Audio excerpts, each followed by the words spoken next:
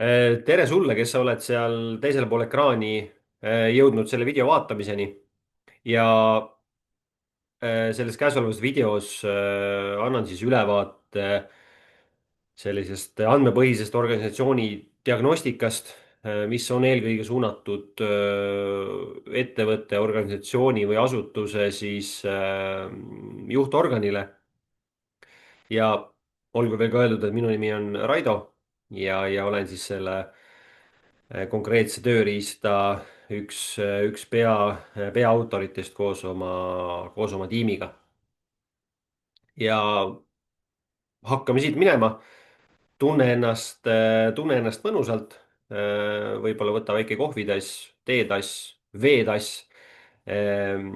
Või siis ole lihtsalt, istu mugavalt ja võib-olla nii saad kõige paremini siit selle info kätte, mille järgi sa tulid. Nii. Ja mis tegelikult mis selle tööriista eesmärk on tegelikult ju saada ülevaade siis organisatsiooni tervisest et oleks selline täiendav, just andmepõhine info lisaks siis erinevatele vestlustele, mis kohvinurgas, suitsunurgas, kuskil köögis, koridorides nagunii vesteldakse. Aga oleks selline kompaktne ülevaade, mis siis inimeste sees, tunnetuses ja nii edasi tegelikult organisatsioonis toimub. ja, ja see ülevaade on võib-olla seda olulisem, mida suurem on tiim, mida rohkem võib-olla tiim ka erinevates kontorites, kaugtööna ja nii edasi, kus nad tegelikult puutuvad võib-olla vähem kokku, siis inimlik mõõde jääb tegelikult seal ju järjest noh, kaugemaks ja see on tegelikult see, kus me tegelikult selle tööriistaga tahame nagu appi tulla. ja tööriist ise tegelikult koosneb 21 küsimusest ja järgmistes slaidides vaatame selle sisu ka täpsemalt. aga selline paras ports küsimusi, mitte liiga palju, täpselt piisavalt, et teha mingisuguseid väljavõtteid, vaadata mingitesse teemadesse sisse. ja, ja olgu veel ka ära öeldud, et loomulikult on küsimustik anonüümne. Inimene peab tundma ja teadma, et see, mis ta vastab, siis tal piltlikult öeldes homne päev ei panda käsi raudu ja suur lamp näkku ja öeldakse, et miks sa siis sellised vastused andsid.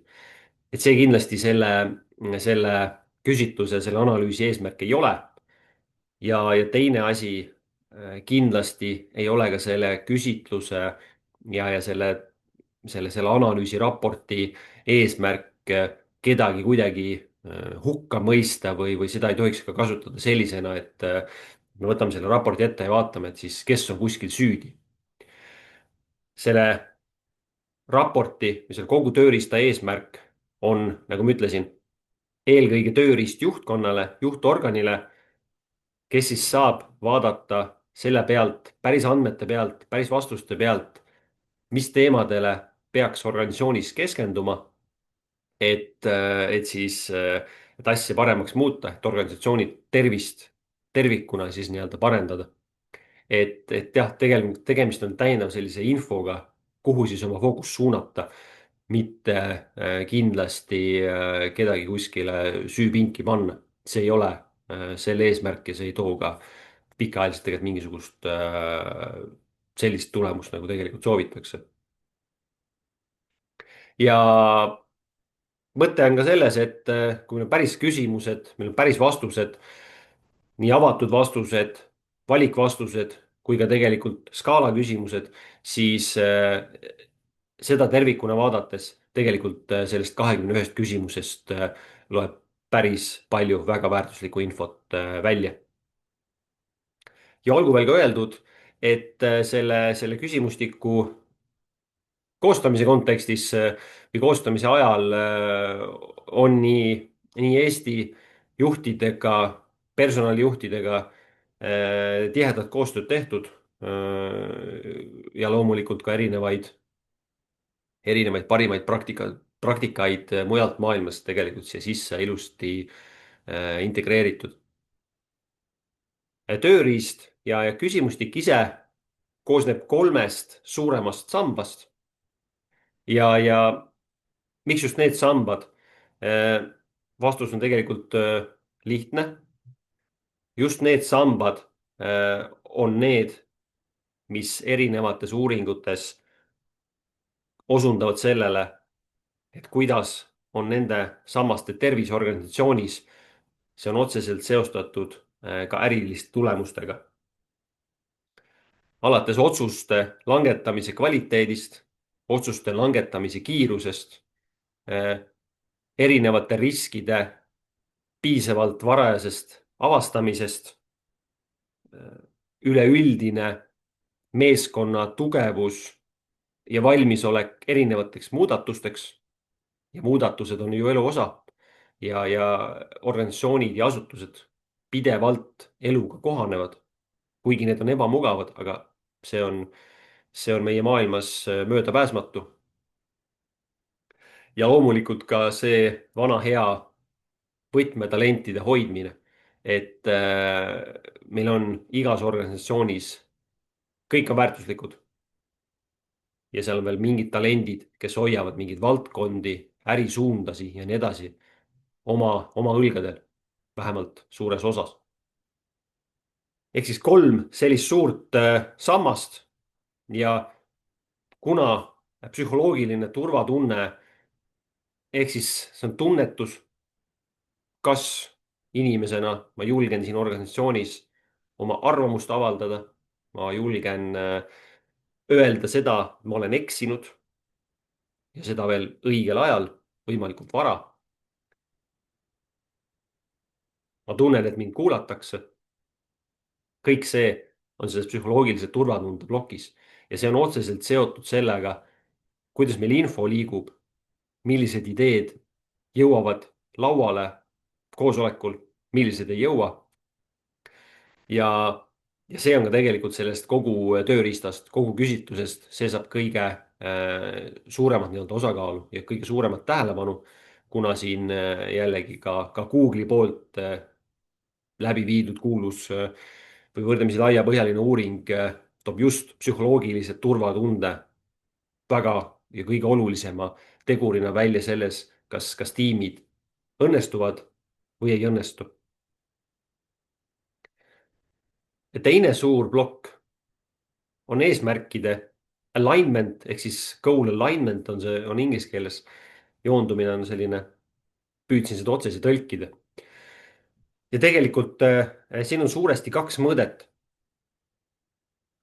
Kas organisatsioonis olevad inimesed ja osakonnad, üksused, kas nad saavad aru, miks nad seal üldse eksisteerivad? Mis on see nende rolli põhiline eesmärk? See tundub võib-olla lihtne küsimus, aga meie senine andmepank näitab väga üllatavalt tulemusi, et päris mitmed inimesed ei saa sellest lõpuni erinevates organisatsioonides aru.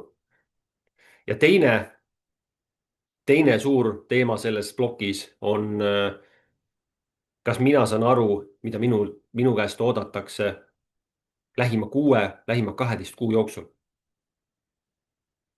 Ehk siis need kaks asja, kas ma saan aru, et miks mind organisatsioonis vaja on, mida ma seal teen, mis on minu see põhiprobleem, mida ma seal lahendan, mida minu roll, mis vastutust ta kannab. Ja teine on siis see, et kas ma ka lühiplaanis saan aru, mida minu käest täpselt oodatakse. Väga kaks kriitilist aspekti. Kolmandaks on siis see nii-öelda, mis me oleme sätestanud, kui üldse oleme sätestanud, mis on need meie väärtused ja mille põhjal me tegutseme või ei tegutse ja kuidas me üksteist väärtustame, kõike muud.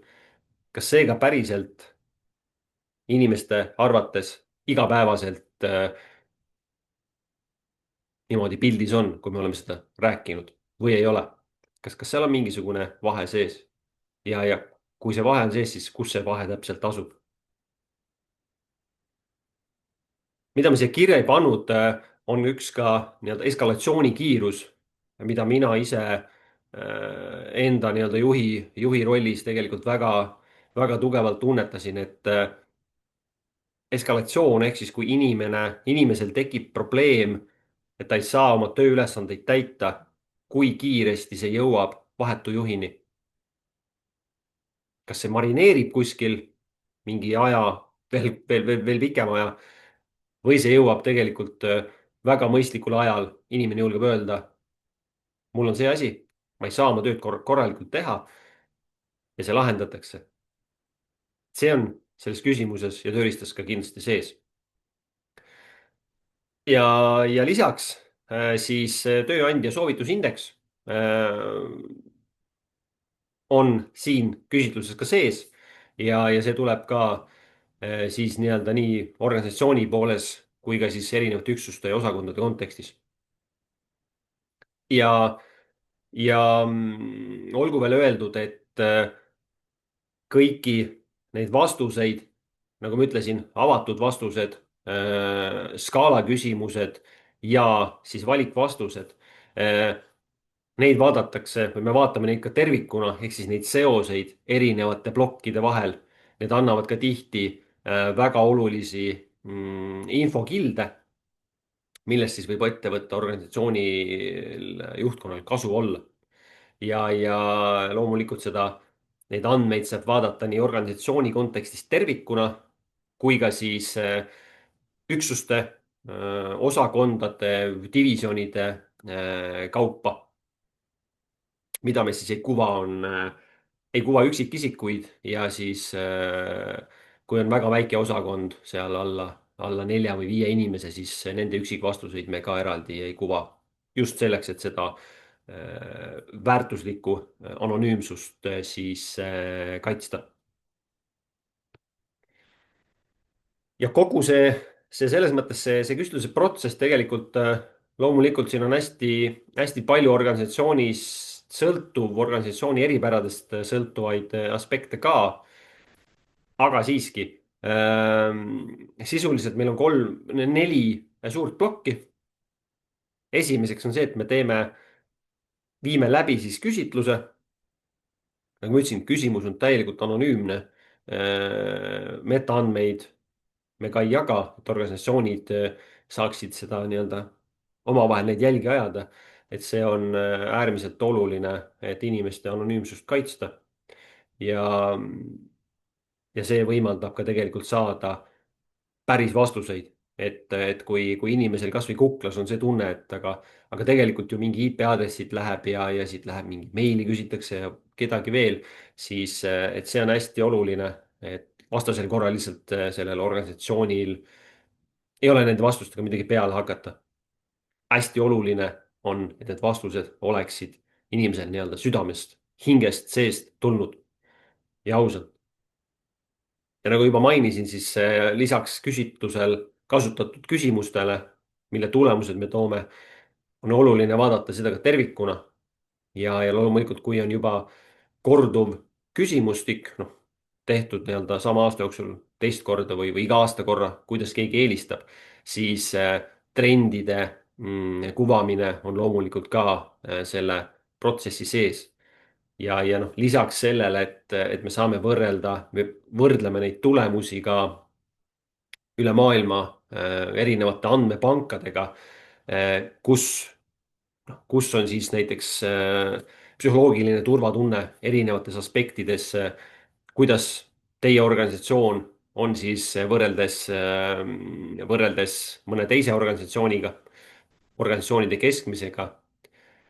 Ja loomulikult meil on olemas ka siin juba arvestatav Eesti organisatsioonide andmepank, mida siis Eesti organisatsioonides, milline on Eesti organisatsioonides see tase ühes, teises või kolmandas küsimuses. Võib olla täitsa huvitav vaadata.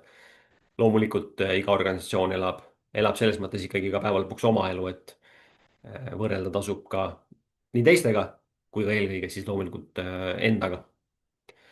Ja tulemustest paneme siis kokku raporti ja loomulikult sinna juurde ka sellised tegevussoovitused, mida teha, kuhu tähelepanu pöörata, mis siit siis välja joonestus.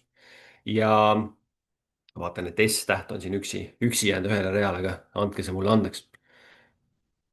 ja mis on võib-olla ka oluline, on see, et see ükskõik, mis küsitlus see on, ka käesolev küsitlus on küsitlus, ta on snapshot ja siis väljavõte ühest ajahetkest ja selle laiema konteksti, mis tegelikult taustal toimub, noh, ma ei tea, on tõenäoliselt vahe, millal seda küsimustikku teha ja nii edasi.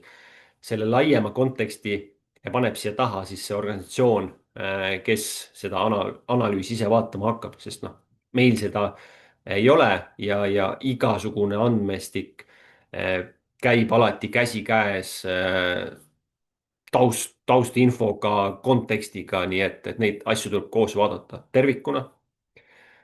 ja mida me kindlasti teeme, on see, et me tutvustame seda raportit siis juhtkonnale, mis sealt välja vaatas ja loomulikult iga tutvustuse juures on eluterve arutelu just sellesama kontekstiga, mis seal siis täpselt toimus, kuidas juhtkonnale need andmed tunduvad, et noh, neid, neid otsi omavahel kokku sõlmida on äärmiselt oluline. ja ajaraamist tegelikult jällegi sõltub hästi palju organisatsiooni vajadustest. Laias laastus tihti 2-3, mõnes organisatsioonis ka 4 nädalat on tegelikult küsitlus üleval, andmete kogumine ja pärast küsitluse lõppu jällegi sõltub organisatsiooni suurusest. Nädala kuni 3-ga oleme meie võimelised siis panema selle raporti ilusti kokku ja seda ka tutvustama. Laias laastus selline ajakava, seda saab alati teha kiiremini, kui selleks vajadus peaks ka olema. ja loomulikult me teeme seda ka inglise keeles, olgu see ka siia ära mainitud. eraldi veel välja toodud, nagu alguses ka mainisin, siis see, et ma saan teada, kus mul organisatsioonis on need kohad, need inimesed, need osakonnad, inimesed siis grupina, et kus me saame otsuseid kiiremaks muuta, kes vajab täiendavat tähelepanu, et noh, et seal osakonnas võib-olla ei ole see kõige parem, see, et ma saan nendest asjadest avatult rääkida, et mille taga need on. ja kuni selleni, et see ettevõtte strateegia või plaan, et igaüks, ta saaks aru sellest, kuidas ta sinna panustab, mis on minu roll, kust mina seda suurt palki toetan. et see on kahtlemata väga oluline ja see suurendab ka sellist head omanikutunnet, et see on minu osa, mida mina vean. mina vean selles suurt paati me kanname, onju. mina hoian seda osa ja ma hoian seda väga hästi, et ma tean, mis see on. ja loomulikult, kui erinevad teemad tulevad kiirelt, õigel ajal tiimis välja, siis see tähendab kohe tunduvalt väiksemaid üllatusi, mis omakorda on üldjuhul seotud mingisuguste kuludega. nii et eelarve, plaani täitmine ja kiirem otsustamine. ja kiirem otsustamine on ärilises maailmas äärmiselt hinnatud ja väga väärtuslik oskus. ja loomulikult see kõik suurendab engagement'i ehk siis inimesed tunnevad rohkem seda õlg õla kõrval tunnet ja see kõik omakorda tegelikult tekitab selle, et inimesed soovivad hommikul tööle tulla, nad teavad, mille eest nemad vastutavad, mille eest keegi teine vastutab. et me koos teeme seda aga igalühel on oma selge vastutuspiir. ja ma tulen ja toon ju ka siia noh, nii-öelda töötajana siis selle, et ma tulen hommikul tööle ja ma võtan kogu oma kogemused kaasa ja mõtlen asjadest kaasa ja julgen öelda, kui see idee minu arvates ei sobi. noh, selline eluterve arvamuste avaldamine ja see on nagu, see on kulda väärt. pikalt sellele ei peatu. oleme saanud ka mitmeid positiivseid, toredaid ja südantsoojendavaid tagasisideid. nii et selles mõttes julgen uhkusega öelda, et täna teeme õiget asja ja kindlasti ise ka seda väga pühendunult ja suure huviga teeme, sest noh, need on päris tulemused, nagu ma ütlesin, ja nende põhjalt saab mitmeid asju juba palju paremaks muuta.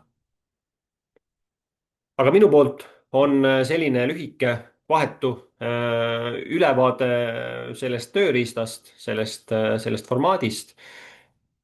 kui sul on tekkinud mingisuguseid täiendavaid küsimusi, meil on eraldi väikene lehekülg ka selle jaoks tehtud, kus on natukene põhjalikumalt võib-olla see loogika lahti selgitatud ja kirjeldatud ja sealt saad ka vajadusel väikese koosoleku otse broneerida, kui sa tahad otse suhelda. ja loomulikult kirjutage või helistage, kui on täiendavaid küsimusi. hea meelega selgitan ja arutame siia juurde. aga mina tänan, ma loodan, et see kohvitass, teetass või veetass, mille sa alguses kätte võtsid, pidas ilusti lõpuni vastu ja ma loodan, et tool oli mugav või kui sa sellel ajal jalutasid, siis et jalutuskäik oli mõnus. mina igal juhul tänan sinu aja eest ja juba siis uute kohtumisteni. aitäh.